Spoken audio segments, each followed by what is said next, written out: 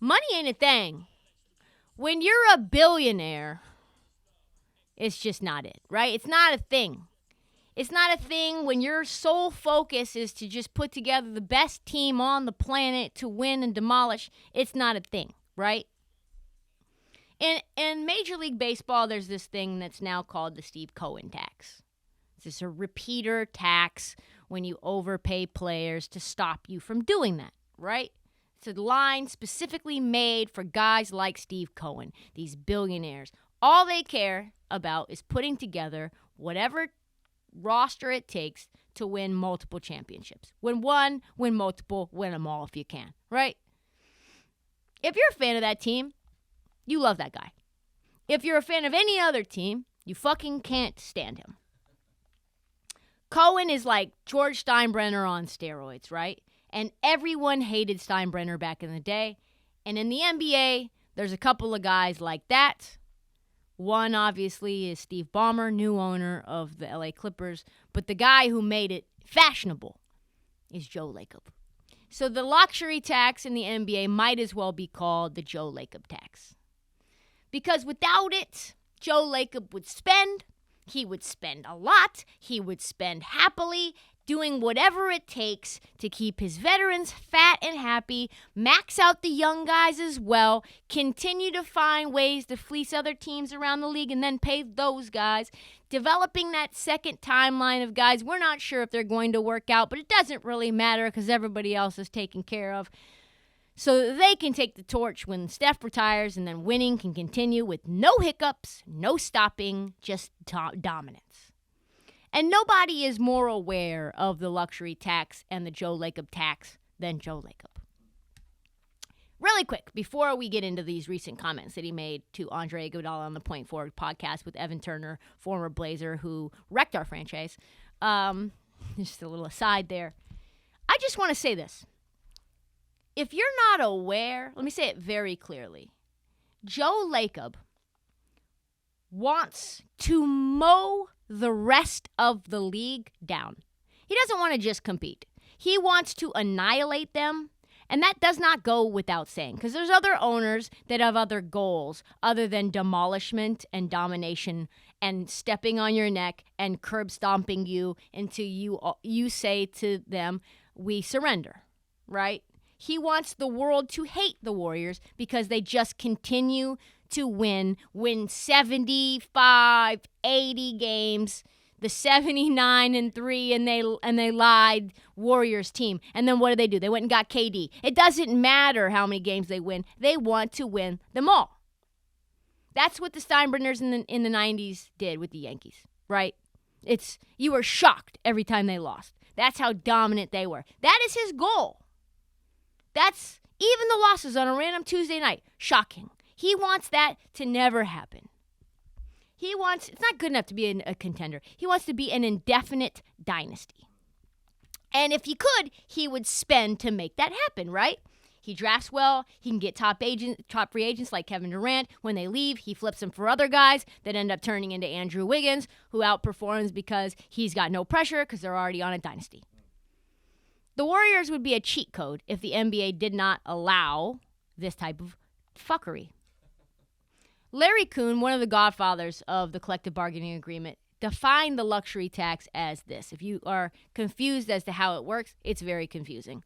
Teams with a salary exceeding a predetermined tax level pay a penalty for each dollar their team's salary exceeds the tax level. If you go over the luxury tax more than 1 year in a row, you end up having to pay a higher tax rate on those salaries moving forward. It can actually be up to almost an additional $4 for every dollar that you spend on a player's salary.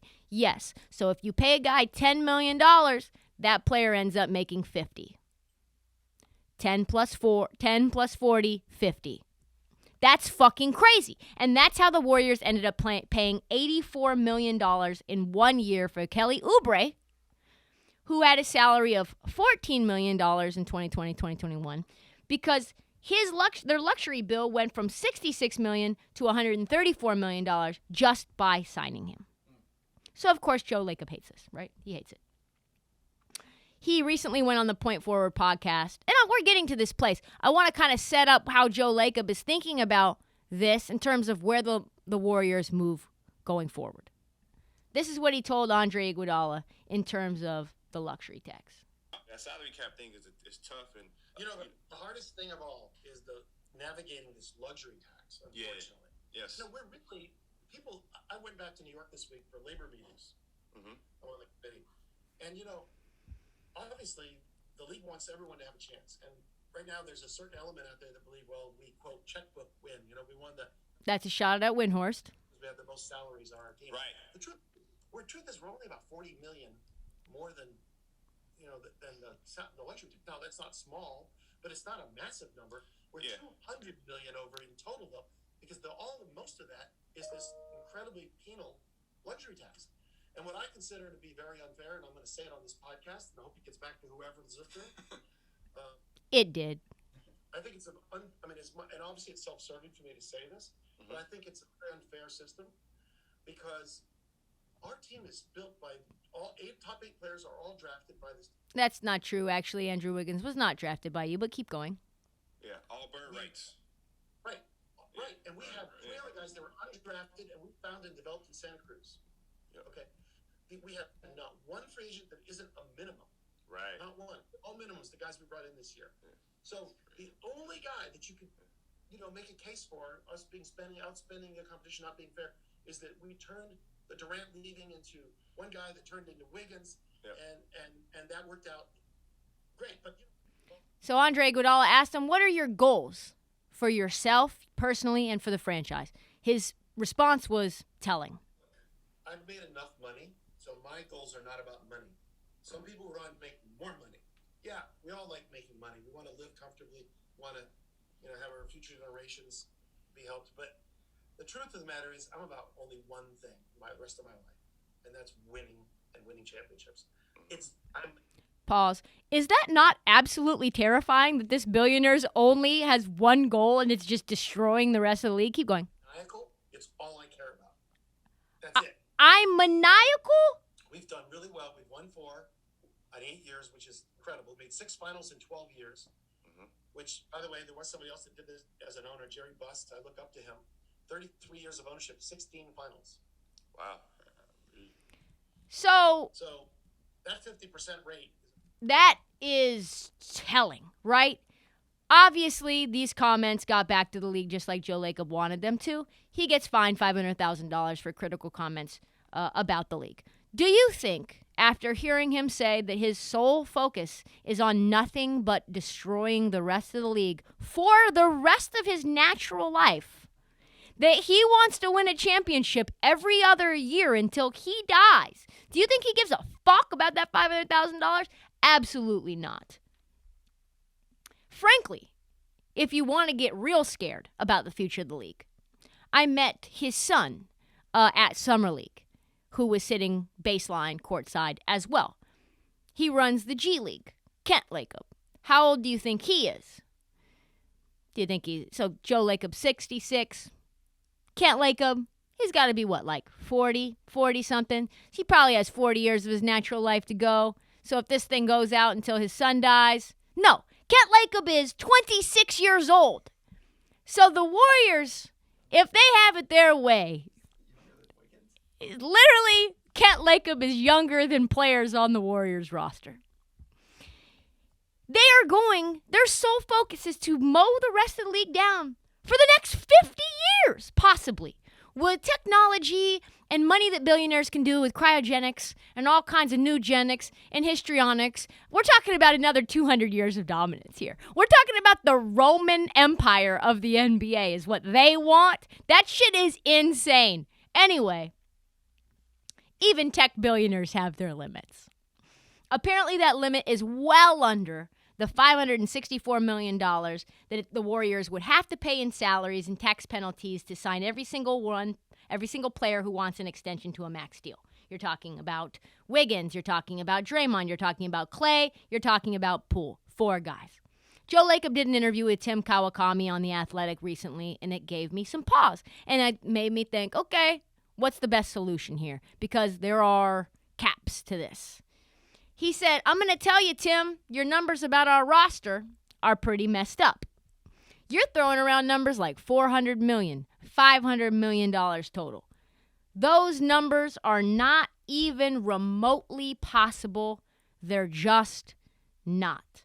The number apparently in terms of what Joe Lacob is willing to pay, because there's decisions to be made, players that need to be extended, the number is apparently under $400 million. Keep in mind they're at around 364 right now. So they want to keep it around there. For players that are eligible for extension starting next week, Draymond Green, his extension eligibility starts next week. As we know, Draymond Green wants a max deal, says that he deserves a max deal. Someone's going to have to take a pay cut, folks, in order to keep it under $400 million. Draymond, my man, I've seen it on Twitter. People say that everyone in the core is going to have to take a pay cut. Draymond does not seem interested in taking a pay cut. Draymond Green is represented by Clutch Sports, which is Rich Paul. Do you think Rich Paul is interested in his players taking a pay cut, which means he's taking a pay cut? Do you think Rich Paul is interested in helping the Warriors dominate while LeBron James is still there? No! Absolutely fucking not! Draymond Green recently told Marcus Thompson of The Athletic that he wants and deserves a max and said that if the Dubs don't offer that, he is willing, quote-unquote, to explore his outside options to get the kind of contract he wants. Ruh-roh. Ruh-roh. I tell you what, Draymond's an important piece, folks. Really quick. Remember, you might say, oh, Draymond, you're so greedy. Draymond, do it for the team, Draymond. By the way, it's a while ago. It's 7 years ago, by the way. So maybe you forgot. Draymond Green took a pay cut on his own in 2015 so that the Warriors could sign Kevin Durant. That's what he decided he wanted to do to make this team win more championships. And then, because of the way that the CBA works, when he got his quote-unquote max deal in 2019, it was essentially a pay cut again because the CBA stipulates that your max, the first year of that said max, can only be 120% of your last year's contract. So if you take less and significantly less, then your next contract is also going to be less, which means the next contract is also less. And Draymond's like, fuck that! Yo, that 2015 is coming back to bite me. You need to learn your CBA, my guy. You need to learn more details into the CBA. A lot of people saying Draymond didn't play well in the playoffs. He's not really worth it. Let him leave. He was a Defensive Player of the Year candidate before he got injured. He probably would have won it. He is multiple-time All-Star, multiple-time Defensive Player of the Year candidate, multiple All-NBA player, first-ballot Hall of Famer, and probably no Warriors team exists in this way without him. You have Kevon Looney in instead of Draymond. In some matchups, that shit is night-night sleep mask for you. And I think probably the Memphis series is one of them. Got to pay him. Got to figure that out. Who else isn't taking a pay cut? Well, let me play a little something that I found out on, let me find it. Oh, do I not have it? Here it is. What we know is that my man Jordan Poole and our man Andrew Wiggins not taking pay cuts right after. I'm talking literally seconds. Champagne still in the eyeballs. Goggles still on their face. They're talking to one another. Poole, Wiggins. Yes, we can do that. You are world champion. You are, and you're about to get a bag. You're about to get a bag. We about to get a bag. I don't think Joe Lacob wants to pay you guys the bag. So now would be the time to let these guys know that's not how the Warriors roll.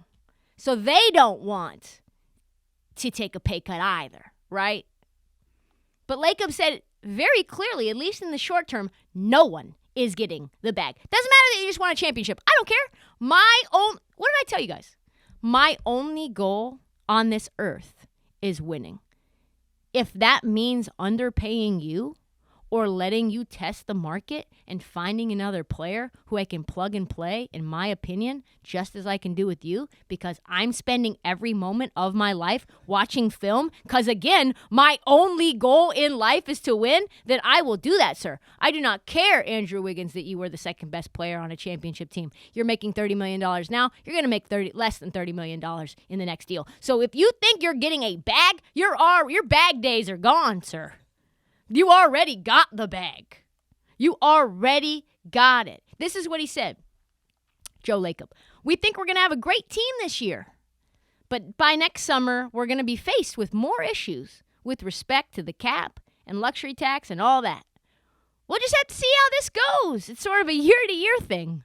We'll see how everybody plays. Let's see if we're contending again. We think we will. Let's see if we're going to win again. That certainly extends what we're able to do if we do. If we don't, we have to rethink things a little bit. Again, a man whose sole focus is winning and at all costs.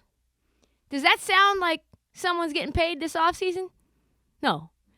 That is going to have ripple effects because you've got multiple players on this roster who just came off of great performances in the postseason, off of a championship run in a year that no one expected. This is the time that people expect to be paid. To the victor goes the spoils, and not for you guys. That's normally the time guys get paid. But I have a solution, and this is kind of where the end all be all. The longer you think about this, there's only one decision that can be made.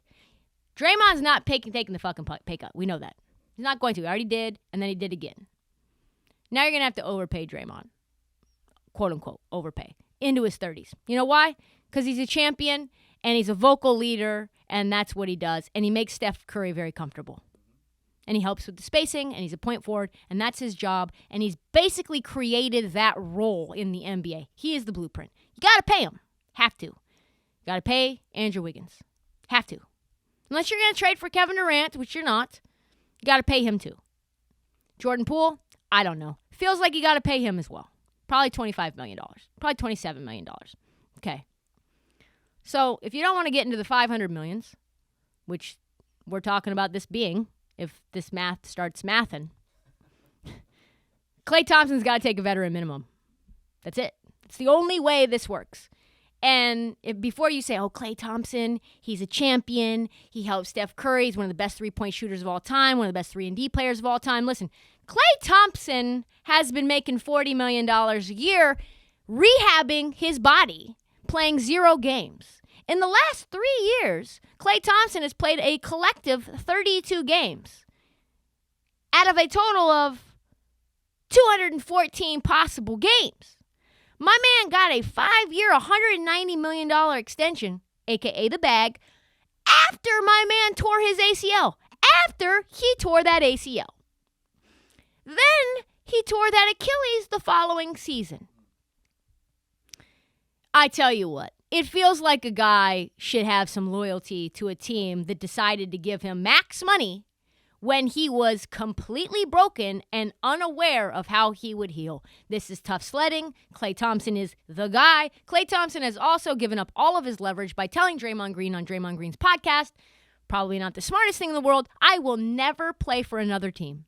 And on top of never playing for another team, I will never play for another coach other than Steve Kerr.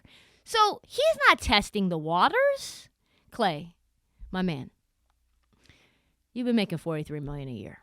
You've played some great basketball. And you've also sat out a lot. Rehabbed your body. We paid you $40-something million. And that put us in a tough spot. And as a result, we're going to need you to do what it takes to put us in a better spot, which is to keep this thing rolling. As time goes on, we're going to have to pay Poole. We're going to have to play Draymond. We're going to have to pay Wiggins. Of course, at some point, we're going to have to extend Steph again in a couple of years. We're going to need you to sign whatever's left. Whatever's left. Whatever gets us under the $399 million luxury tax and payroll line, that's what you get. What's the veteran minimum?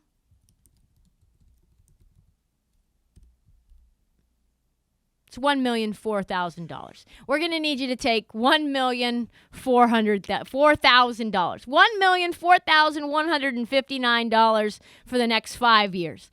Klay Thompson signs a 4-year, $5.5 million deal. That's the only solution I see. Or Lacob says, fuck it. $500 million ain't nothing but a number. Those are the only solutions that exist, and I can't wait to see what the Warriors do moving forward.